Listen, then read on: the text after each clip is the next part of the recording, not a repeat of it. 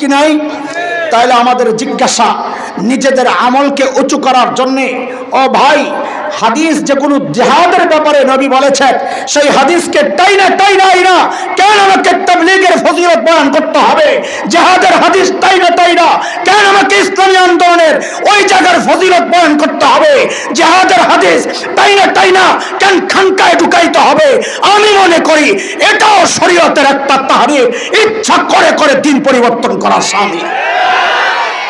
কথাগুলো ভাল লাগবে না, আমি আগেই বলেছি, ওষুধ মনে করে খায়ালান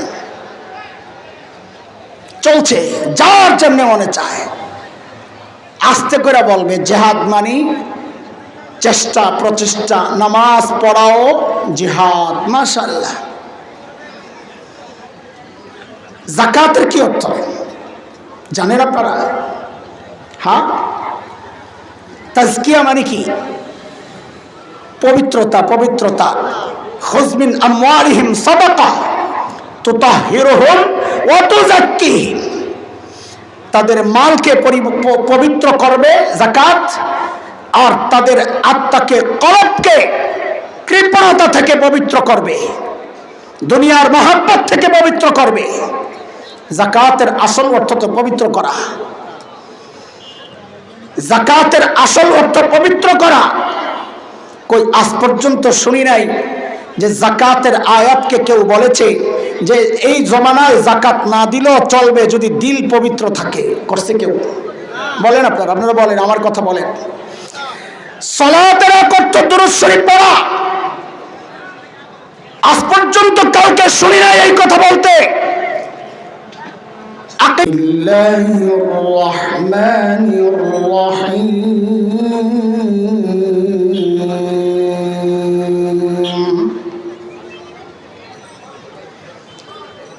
ইয়া আইয়ুহাল্লাযীনা আমানু লা তাত্তাখিযুল ইয়াহুদা ওয়ান নাসারা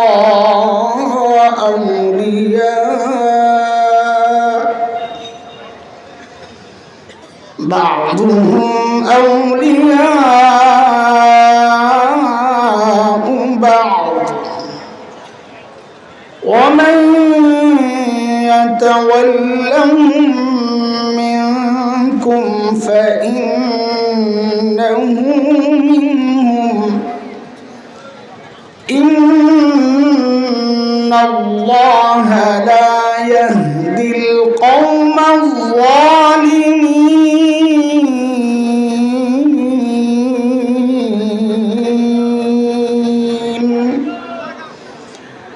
وقال رسول الله صلى الله عليه وسلم ليأتين على أمتي ما أتى على بني إسرائيل حذو النعل بالنعل حتى إن كان منهم من أتى أمه علانية لكان في أمتي من يفعل ذلك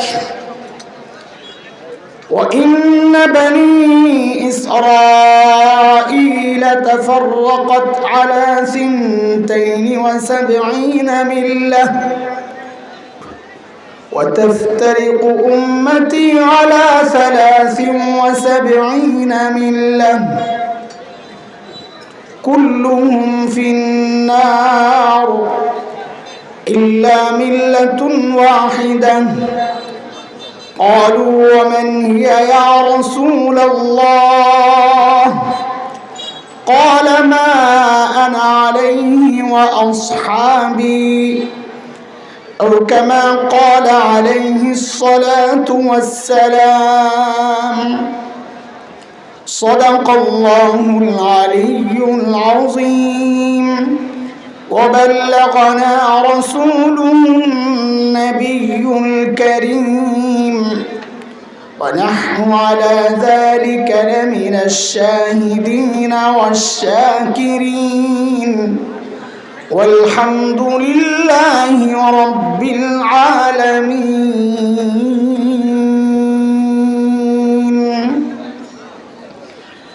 জামিয়া ইসলামিয়া ইমদাদুল উলুম দয়াপুর কর্তৃক আয়োজিত আজকের এই 2 দিনব্যাপী ইসলামী মহাসম্মেলনের আজকের প্রথম দিবসের এই মুহূর্তের সম্মানিত সভাপতি, অতিথিবৃন্দ, হযরত উলামায়ে কেরাম, মুরব্বিয়ানে আযম, দূর দূরান্ত থেকে আগত ইসলাম প্রিয় সুধী সমাজ, প্রিয় ছাত্র ভাইয়েরা, যুবক বন্ধুরা, পর্দার আড়ালের মা ও বোন, আল্লাহ সুবহানাহু ওয়া তাআলার অশেষ শুকরিয়া যে মহান মালিক লাখো কোটি মানুষ থেকে বাছাই করে দিনই এই মজলিসে আমাকে আপনাকে আসার বসার, কিছু কথা বলা ও শোনার তৌফিক দান করেছেন। সেজন্যে মহান রবের শুকরিয়া আদায় করি, দিল খুলে প্রাণ খুলে কালিমাতুশ শুকর উচ্চারণ করি, আলহামদুলিল্লাহ। কুরআনুল কারীমের সূরাতুল মায়েদার একটা আয়াত আমি তিলাওয়াত করেছি, 51 নম্বর আয়াত। হযরত আমর ইবনুল আস রাদিয়াল্লাহু আনহু বর্ণিত একটা হাদিস, যা তিরমিজি শরীফে এসেছে, 5985 নম্বর হাদিস। ওই হাদিসটা পড়েছি আপনাদের সামনে। এই আয়াত এবং হাদিসকে সামনে রেখে সময়ের কিছু জরুরি কথা আপনাদের সামনে পেশ করতে চাই। আল্লাহ তাআলার কাছে তৌফিক চাই, কথাগুলো যেন আল্লাহ তাআলা আমাকে সহজে বলার, আপনাদেরকে সহজে বুঝার তৌফিক দান করেন। শুরু থেকেই আমি আপনাদের সাথে একটু যুক্ত হতে চাই, আপনাদেরকে যুক্ত করতে চাই আমার সাথে। বলেন তো একটু, বর্তমান দুনিয়ায় সবচাইতে ঘৃণিত জাতি কারা? আওয়াজটা ছোট, তার মানে সবাই জানেন না বিষয়টা। যদি জানেন তো একসাথে সবাই বলেন, সবচাইতে ঘৃণিত জাতি কোনটা? ইহুদি। এটা শুধু বর্তমান সময়ের এই ওদের কারবার দেখেই সিদ্ধান্ত নেওয়ার দরকার নাই, ওরা আগে থেকেই সবচাইতে ঘৃণিত জাতি। আল্লাহ বলেছেন, দরিবাত আলাইহিমুজ জিল্লাতু ওয়াল মাসকানা ওয়া বাউ বিগাদাবিন মিনাল্লাহ। ওদের জন্য লাঞ্ছনা, গঞ্জনা, আর এই যে ভূমিহীন থাকা, বাড়িঘর ছাড়া থাকা, বাস্তুচ্যুত হওয়া, কোথায় থিতু হতে না পারা, ওদের কোনো রাষ্ট্র না হওয়া, এবং আল্লাহ তাআলার অসন্তুষ্টি নিয়ে ঘুরতে ফিরতে থাকা, এটা আল্লাহ তাআলা কুরআনুল কারীমের মধ্যে আগেই জানায়া রাখছেন। আগের থেকেই ওরা ঘৃণিত। বিশেষত মুসলমানদের জন্য যারা সবচেয়ে ভয়ঙ্কর শত্রু, আল্লাহ তাআলা যারা ইহুদি, ওদেরকে 1 নম্বর সাব্যস্ত করেছেন এই বলে, ওয়ালা তাজিদান্না আশাদ্দান নাস আদাওয়াতাল লিল্লাযিনা আমানুল ইয়াহুদ ওয়াল্লাযিনা আশরাকু। যারা ঈমানদার তাদের জন্য সবচাইতে ভয়ঙ্কর দুশমন আপনি কাদেরকে পাবেন? তো আল্লাহ তাআলা বলেন, এরা হচ্ছে প্রথম ইহুদি, এরপরে হচ্ছে মুশরিকরা, আজকের দাদারা। হ্যাঁ, দাদারা শত্রু হয় কেমনে বেটা? আবার ঠিক কয়, পেজ বন্ধ করে দিব তখন বুঝবা। আল্লাহ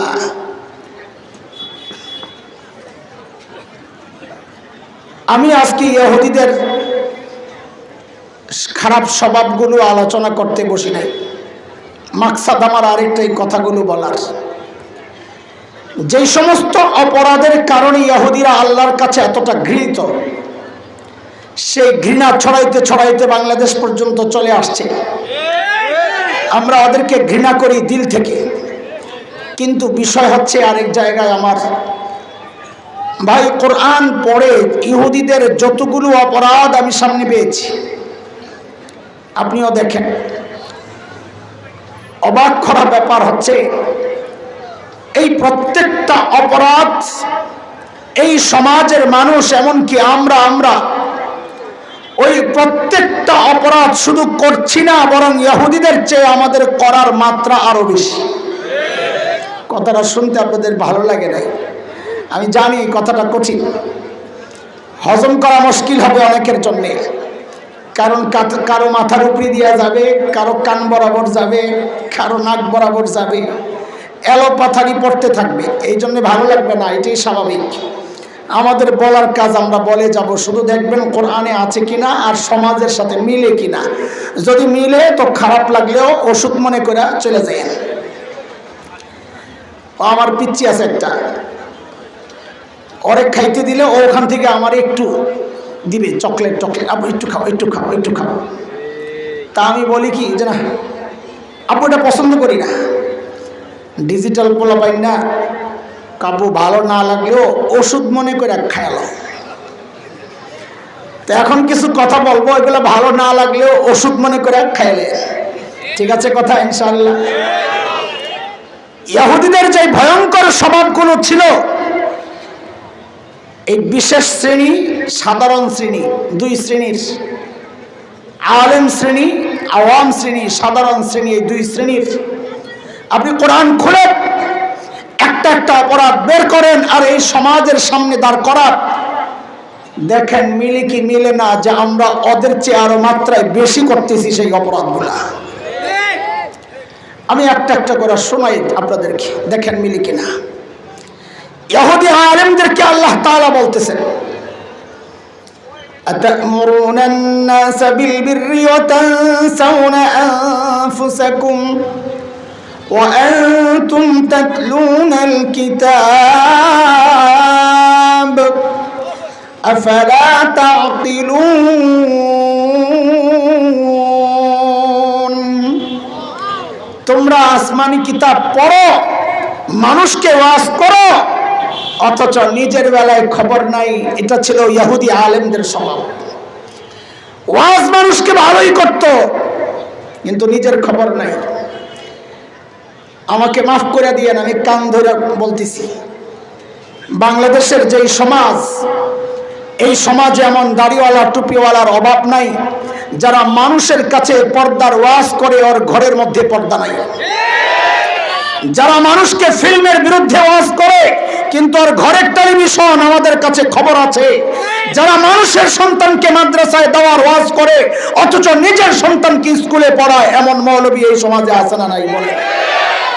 খালি ইহুদি করে দোষ দিয়ে আর কি? অভাব নাই, অভাব নাই। পোড়া কপাল, আমি বলি অপোড়া কপাল যে মৌলবী তার সন্তানকে মাদ্রাসায় না পড়াইয়া জেনারেল পড়ায়, আমি মনে করি অপোড়া কপাল।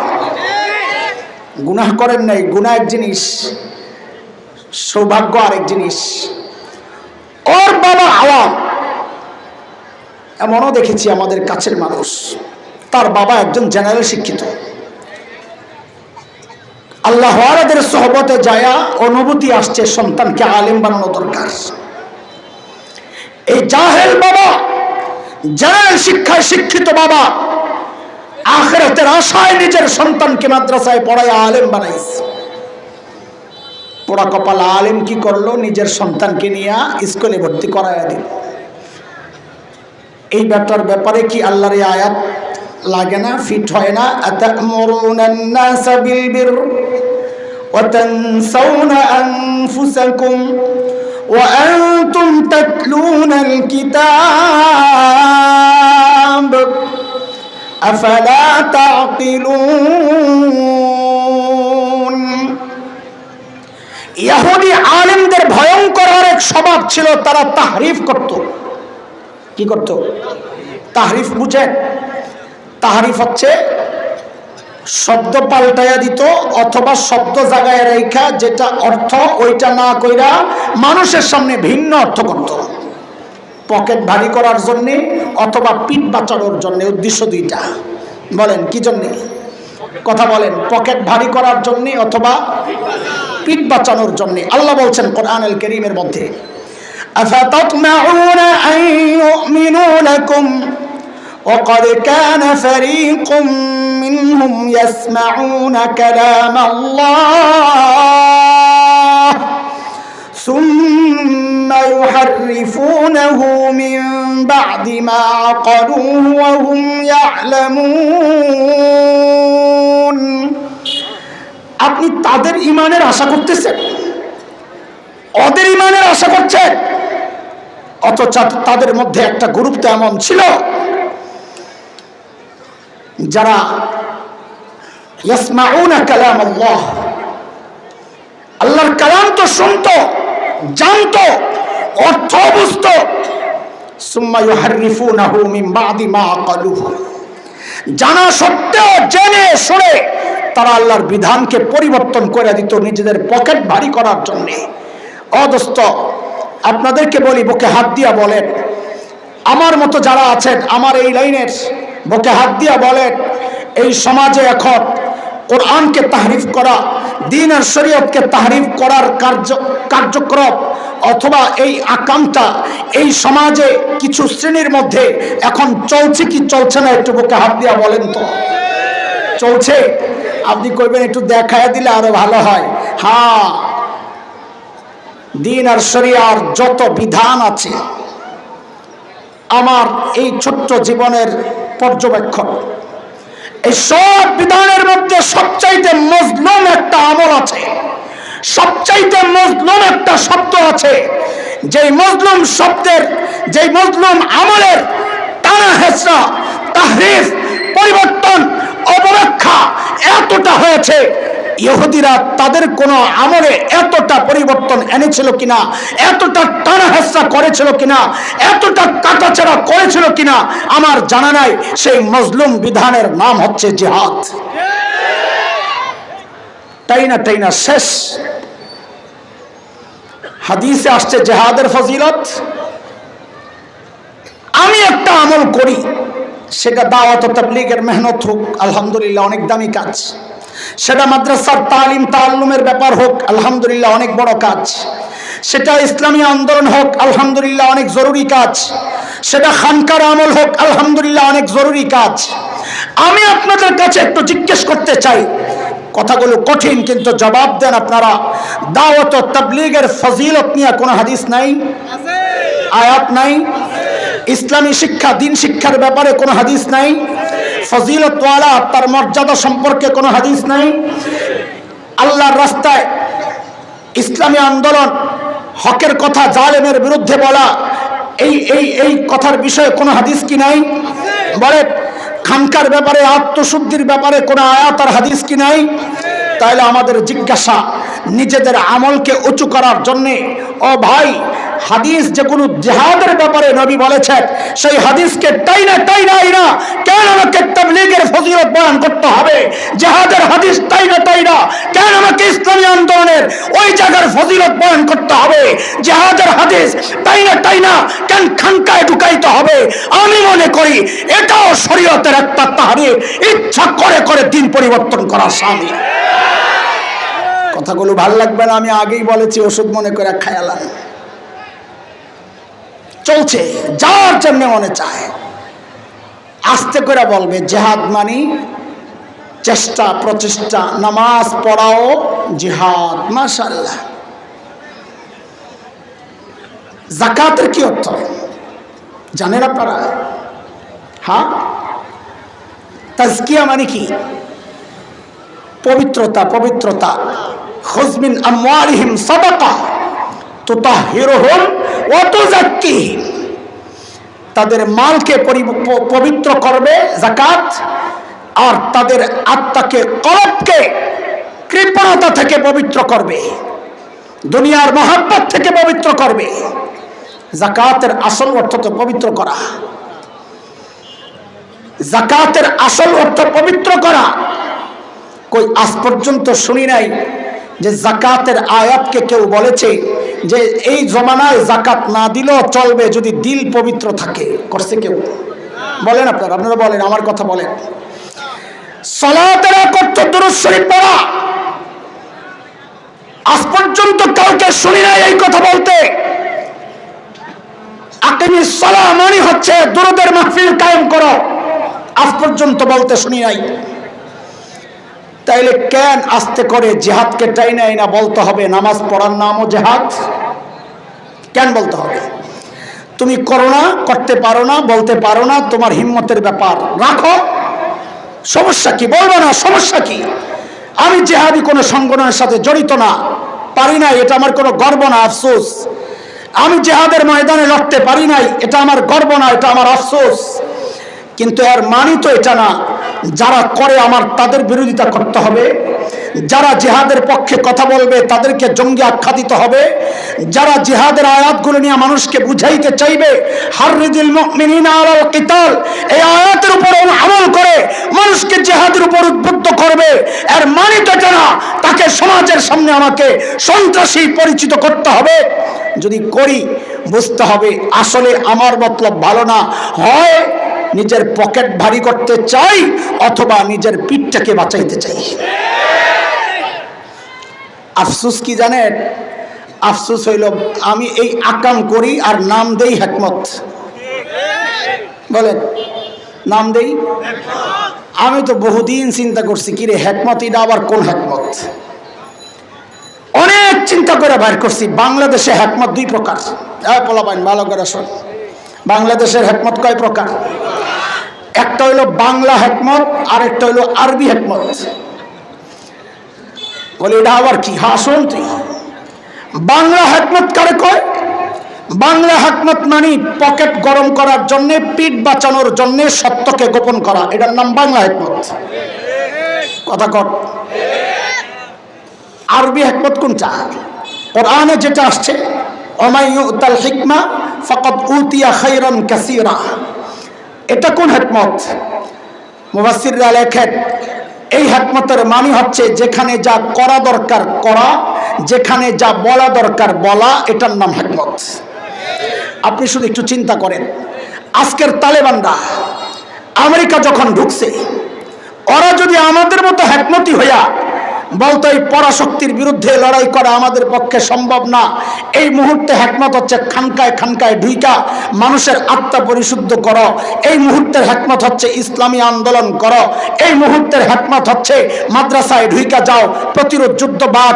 পরাশক্তি ওরা পারমাণবিক অস্ত্রধারী, দুনিয়ার সবচেয়ে বড় শক্তিশালী পরাশক্তি। আমরা এই দুর্বলরা ওদের সাথে লড়াই করে টিকতে পারবো না। এখনকার হিকমত হচ্ছে চুপচাপ হয়ে জিকির আজকারে লেগে যাওয়া। এই কাম যদি ওরা হিকমতের নামে, তাহলে আমেরিকান কুত্তারা জিন্দিগিতে আর আফগানিস্তান ছাড়তো না। কথা বলেন, কথা বলেন, ছাড়তো না। তালেবানরা বুঝা গেছে এই মুহূর্তের হিকমত কি, বলে ঘরে কুত্তা ঢুকছে মুগুরটা লো, ঘরে ঢুকছে কুত্তা মুগুরটা লো। কথা বলেন, ঘরে ঢুকছে কুত্তা কি লো? মুগুরটা লো। কারণ কুত্তারে হাড্ডি দেখাইলে কুত্তা যায় না, আসে। কথা কর।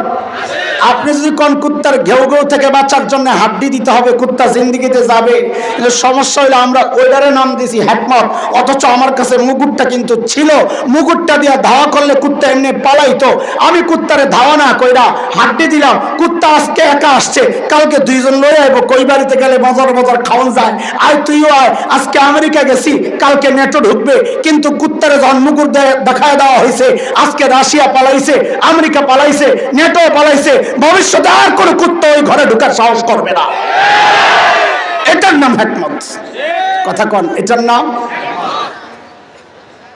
ইহুদিরা যেই কাজগুলো করত, এই সমাজে দেদার সেই কাজ চলছে, অথচ আমরাও আল্লাহর নুসরতের আশায় বসে রয়েছি। মাতা নাসরুল্লাহ, আল্লাহর সাহায্য আসে না কে রে? কার জন্য আসবে? কার জন্য আসবে জিজ্ঞেস করি। ইহুদিদের এক স্বভাব ছিল দোস্ত, ফিরকাবাজি করা। এই জান্নাতে যাবে না, আমি যাব। ক্বালু লান তামাসসানান নারু ইল্লা আইয়ামান মাদুদা ওয়া ক্বালু লান ইয়াদখুলাল জান্নাতা ইল্লা মান কানা হুদান আও নাসারা তিলকা আমানিয়ুহুম কুল হাতু বুরহানাকুম ইন কুনতুম সাদিকিন। ফেরকাবাজি করা এটা ইহুদি আলেমদের স্বভাব ছিল। কি ফেরকাবাজি? জান্নাতে খালি আমরাই যাবো, ওরা যাবে না। আপনি কি মনে করছেন এই সমাজ এই ফেরকাবাজি থেকে মুক্ত? আমাদের কিছু ভাইয়ের পকেটে কাফেরের ফতুয়া থাকে ডজন ডজন। মতের মিল হয় নাই, একটা বাইর কর তুই কাফের। মতের মিল হয় নাই, আরেকটা বাইর কর তুই বেদাতি। মাইক পাইলে তার কথা নাই। গীবত করতে করতে করতে করতে বদ অভ্যাস এমন হয়েছে, এখন যেই মজলিসে বৈশা গীবতের বিরুদ্ধে বলা দরকার, সেই মজলিসে আজকে একজনের বিরুদ্ধে বলছি, রাত্রেই আপলোড হয়ে গেছে ওই বক্তার এই সমস্যা, ওই বক্তার আওয়াজ শুই না, অপেক্ষা কর, কালকে আমি মাইক পাবো, কালকে মাইকে বৈশাই আগের বক্তার পুরা যা আছে গোষ্ঠী শুদ্ধা উদ্ধার করতেছে। চলছে কি চলছে না বলে? শুরুটা করছেন কি আপনারা? শুরুটা করছেন কি? এই দুঃখ কারে বলবো? হ্যাঁ, অনেকে বলবেন, আপনারাও তো বলেন, বলি কি বলি তুই জানোস? অনেকের বিরুদ্ধে বলছি, ডক্টর জাকির নায়েক সাহেবের বিরুদ্ধে বলি নাই, ওনার ভক্তরা আবার আমার গালাগালি করবে আওয়াজ যখন পাইবে। আমাদের ভাই, ছোট ভাই আবু তাহা আদনান হাফিজাহুল্লাহ, আমি ওর বিরুদ্ধে বলি নাই। বুঝার ভুল তোমাদের। কোন আদর্শ এর বিরুদ্ধে যদি কেউ দাঁড়ায়, আমার মাযহাব, আমার মানহাজ, আমার মাসলাক এর বিরুদ্ধে যদি কেউ অপব্যাখ্যা দেয়, আমরা মুখপাত্র হিসাবে আমাদের দায়িত্বের মধ্যে পড়ে উম্মতকে বুঝায়া দেওয়ার কথা, ঠিক না? কোন মতামত মন্তব্যের বিরোধিতা করা আর ব্যক্তি আক্রোশে ব্যক্তিগত বিরোধিতা এক জিনিস না। এখন চলছে ব্যক্তিগত বিরোধিতা। আজকে একজন ঝাল মিটাইতেছে, কালকে আইসা সে ঝাল মিটাইতেছে, বাস। এখন তো আপনারা আমারে যারা পছন্দ করেন এমন অনেকে বসছেন, তা আমি একটা কথা বলবো আর বলবো ঠিক কিনা, সবাই ওখান থেকে চিল্লে উঠবে ঠিক কি, তোরে মাইরা সাইজ করে এলামো, ঠিক কিনা? কয় ঠিক। আরে কি আশ্চর্য, কি বুঝছে ঠিক কইলি, তোর না মারবো? আমাদের অবস্থা হয়েছে তাই, ঠিক শুনলেই মনে করি সব বুঝি আমার পক্ষে। আজকে বক্তা সব ঠিক শুই না গরম হয়ে গেছে, কালকে আরেক জায়গায় আরেকজন সাইজ করছে, আবার যারে সাইজ করছে সে পরদিন যায়া আরেক মজলিসে কয় ঠিক কিনা, পাবলিক কয় ঠিক। সুবহানাল্লাহ। মাহফিলে তো ঠিকঠাকই কয়, কিন্তু যখন এগুলা ফেসবুকে আসে, ইউটিউবে আসে, তখন আর তোমার পক্ষের সবাই থাকে না। ওই জায়গায় নাস্তিকরা থাকে, ইসলাম বিদ্বেষীরা থাকে, তোমার মানহাজের বিরুদ্ধের মানুষরা থাকে, তোমার মাসলাকের বিরুদ্ধের মানুষরা থাকে, তোমার মাযহাবের বিরুদ্ধের মানুষরা থাকে, তোমার শত্রুরা থাকে। তারা আইসা উভয় পক্ষরে যা তা বইলা গালাগালি করে আর আস্তে করে ছেড়ে দেয়। আপনারা নিজেরা গুতাগুতি থামান, এটার নাম ইসলাম। সুযোগে তোমারে ওসিয়ত করে, নসিহত করে, ওয়াজ করে ইসলামকে কলুষিত করছে, আলেম ওলামাদেরকে অমর্যাদা করছে, গালাগালি করছে। শুরুটা করছো কি বলেন আপনারা? এখন তো কালকে আমি ডরাইতেছি, আবার এটারে কাট করে হেরা কোন্ডা মাইরা দেয় আল্লাহ জানে। ভাই তো কাছে মাফ চাই, আল্লাহর হস্তে আর আম করে শেষ করিস না। একজন কারো নাম বলে নাই, বক্তব্য একটা দিস, তো তার বক্তব্য হিসাবে তার ছবি তো দিবই। আকারে ইঙ্গিতে যার কথা বোঝা গেছে লগে দিয়ে তার ছবিও দিছে। কি লেগে দিলি তুই?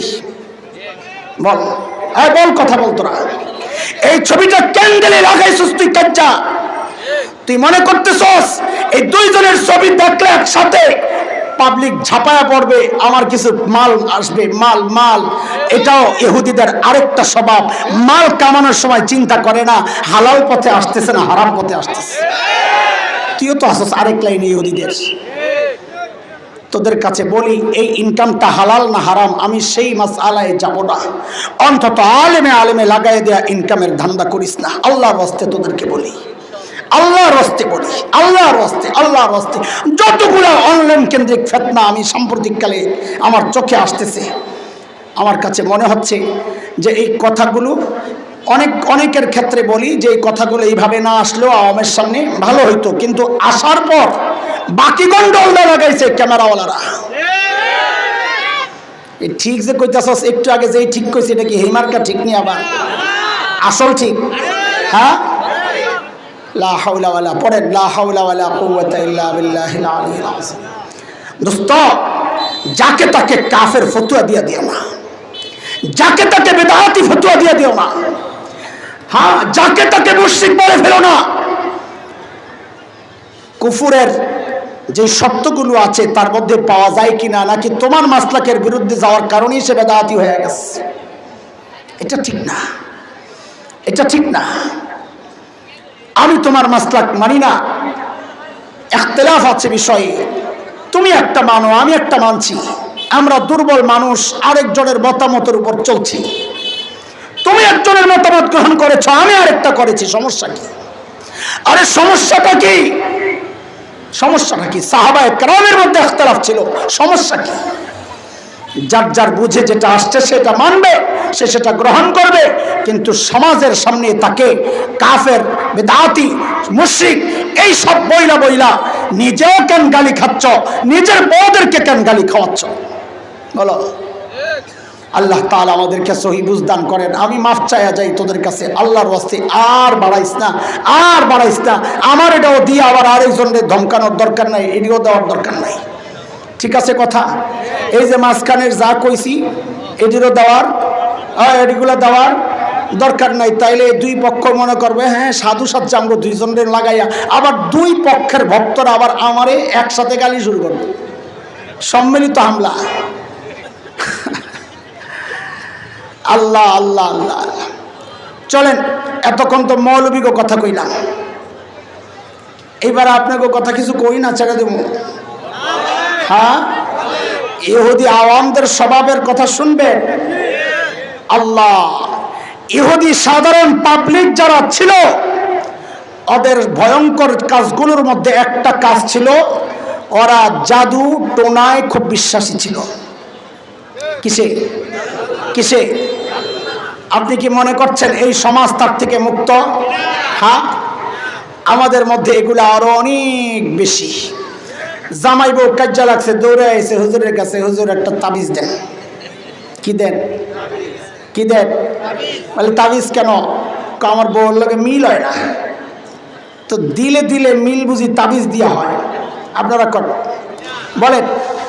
দুইটা জিনিস জোড়া লাগার জন্য আল্লাহ কর্তৃক তৃতীয় আরেকটা জিনিস নির্ধারিত। এই কাপড়ে কাপড়ে জোড়া লাগছে কি দিয়া? হ্যাঁ, এখানে তার কাটায় কাজ হবে, এই কাঠে কাঠে জোড়া লাগছে কি দিয়া? এখানে সুতায় কাজ হবে, ওই ইটে ইটে জোড়া লাগছে কি দিয়া? কি দিয়া? ওখানে সুতার লোহায় কাজ হবে কেন? প্রত্যেকটা জিনিস জোড়া লাগার তৃতীয় একটা জিনিস, সেটা নির্ধারিত। একটা দিয়ে আরেকটা জোড়া লাগানো যায় না দোস্ত। এই দিলে দিলে মিল করার যে ব্যবস্থা, ওই যারা কবিরাজি করে এরা যেগুলা দেয় এগুলো সব ভুয়া, মনে রেখেন। কেন দিলে দিলে জোড়া তাবিজ দিয়া লাগে না? বলে তো কি দিয়া লাগে? বলে দিল যে আল্লাহ বানাইছেন সে আল্লাহকে জিজ্ঞেস করো। আল্লাহকে জিজ্ঞেস করেছি, মালিক দিলে দিলে জোড়া কি দিয়া লাগে? তো আল্লাহ সূরা মারিয়ামের মধ্যে জানায়া দিচ্ছেন, ইন্নাল্লাযীনা আমানু ওয়া আমিলুস সালিহাত সায়াজআলু লাহুমুর রহমানু উদ্দা। এরে বান্দা, তোর ঈমান ঠিক কর, আমল ঠিক কর, দিলে দিলে জোড়া মহব্বত আমি আল্লাহ করে দেব। দিলে দিলে মহব্বত বানায়া দেন কে? জোড়া লাগান কে? যেই হুজুরের কাছে গেছিল তাবিজের লেগে, হুজুর এই ওয়াজ করে দিছে, বেড়ায় গেছে খেপা, হুজুর আপনি গো না অভ্যাসটা খারাপ। কি অভ্যাস? আপনারা সব জায়গায় খালি দিন টাইম না আনেন, সব জায়গায় আপনাকে হুজুর গো এই এক সমস্যা, আপনারা সব জায়গায় দিন টাইম না আনেন। গাদা, সমস্যা হুজুরদের না, সমস্যা তোর। আমি এমন কোন অর্ধেক দিন গ্রহণ করি নাই, অসম্পূর্ণ দিন গ্রহণ করি নাই যেটা সব জায়গার সমাধান দেয় নাই। সমস্যা তোর। তুই মনে করেছিস আল্লাহ দিন পাঠাইছেন মসজিদ মাদ্রাসার জন্য, যার কারণে আলেমকে রাজপথে দেখলে তোর চোখ এত বড় হয়ে যায়। হুজুররা কেন আবার রাজপথে? বলে কেন? হুজুর করে বানাইছে আল্লাহ মসজিদ মাদ্রাসার জন্য। না না না না, এটা তো আগেরকার মুশরিকদের কথা। নবীদেরকে বাজারে দেখলে, খাইতে দেখলে ওরা অবাক হয়ে বলতো, মালি হাজার রাসূল ইয়াকুলুত তাআমা ওয়া ইয়ামশি ফিল আসওয়াক। এটা কেমন হুজুর, কেমন নবী? উনি দেখে আবার খায়, উনি দেখে আবার বাজার করে। আজকালকার পাবলিক ওই আগেকার মুশরিকদের মতো বলে, এটা কেমন হুজুর? হ্যাঁ, দেখি আবার আন্দোলন করে। সমস্যা হুজুরের না, সমস্যা তোমার। আল্লাহ দিন পাঠাইছেন সংসদ চালানোর জন্য, আল্লাহ দিন পাঠাইছেন সচিবালয় চালানোর জন্য, আল্লাহ দিন পাঠাইছেন বাজার নিয়ন্ত্রণ করার জন্য, আল্লাহ দিন পাঠাইছেন সব জায়গার জন্য। সমস্যা তোমার। তুমি মনে করেছ দিন বুঝি মসজিদের জন্য, দিন বুঝি মাদ্রাসার জন্য, যার কারণে তোমার বিয়ে শাদী হয় হিন্দি সিনেমা দেখা দেখা, তোমার বিয়ের প্রোগ্রাম সাজাও হিন্দি সিরিয়াল দেখা দেখা। তুমি মনে করো এখানে এটা সামাজিক ব্যাপার, এখানে দিন আসার জরুরত নাই। এটা মাথা সমস্যা তোমার। আল্লাহ দিন পাঠাইছেন টয়লেটে কেমনে যাবে ওইটাও শেখানোর জন্য। কথা ঠিক কিনা বলে? হ্যাঁ, ওই সময়ের মানুষগুলো জাদু টোনায় খুব বিশ্বাসী ছিল। এই সময়ের মানুষও এই জাদু টোনার পেছনে দৌড়ায়, কিছু হইলেই একটা তাবিজ লাগবে, যার কারণে বাংলাদেশে এই ব্যবসায়ীর অভাব নাই। এক সময় তো ঢাকায় খুব ফলাও করে প্রচার হইতো পত্রিকায়, নিঃসন্তান দম্পতি হুজুর সায়দাবাদের লগে দেখা করে। কার লগে? মুরব্বীরা কোন পত্রিকায় দেখতেন নিয়ে এই সাইনবোর্ড? হ্যাঁ হ্যাঁ, আমার এক পরিচিত লোক গেছে এর কাছে, বাচ্চা হয় না, অনেকদিন বিয়ে করছে, যায়া যেই কইছে আল্লাহ দোস্ত পরে বুঝছে, হ্যাঁ হ্যাঁ চেহারাটা দেখে বুঝলাম, হ্যাঁ আমারে পাইয়া বহুত খুশি হয়েছে, মানে মনে মনে ভাবটা এমন, তোর মতন এই কাস্টমারের জন্যই তো আমি এই দোকানটা খুলছি। বাচ্চা হবে, দরবারে জাগা মতো আইসস, কি লাগবে? আমাকে একটু আটলান্টিক মহাসাগরের তলদেশ থেকে একটু কাদাই না দিবি।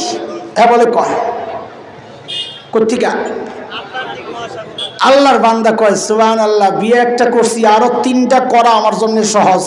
আটলান্টিক মহাসাগরের তলদেশ থেকে মারিয়ানো, ওটা জানতেন কথা। যেই দেখছে মন্ডা বেজার হয়ে গেছে, বুঝছে আমার কাস্টমার হাতছাড়া হয় আল্লাহ গাইছে ধমক, হয় বেটা খাজার দরবারে এসে কেউ খালি হাতে যায় নাকি? এটা আরেকটা মিছা কথা। খাজার দরবার থেকেই তো মানুষ খালি হাতে, গরু লয়া যায় খালি হাতে পড়ে, ডাইল চাইল লয়া যায় খালি হাতে পড়ে, কথা বল না? আর বড় দেয় এই গান কয়, খাজারে তোর দরবারেতে কেউ ফিরে না খালি হাতে।